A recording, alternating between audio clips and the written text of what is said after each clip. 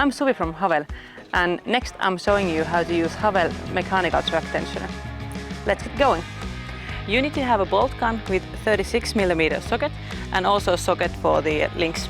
Place the tensioner into the side links of the tracks. And when the tensioner is on its place, start tensioning.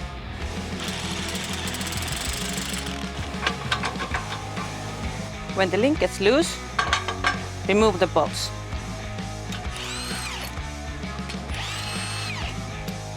Remove the link. And next, tighten the track enough to get the shoulder link in.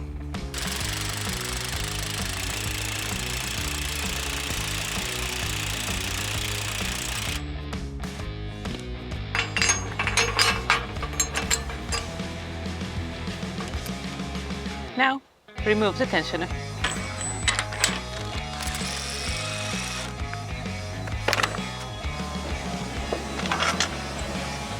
Now this side is nice and tight.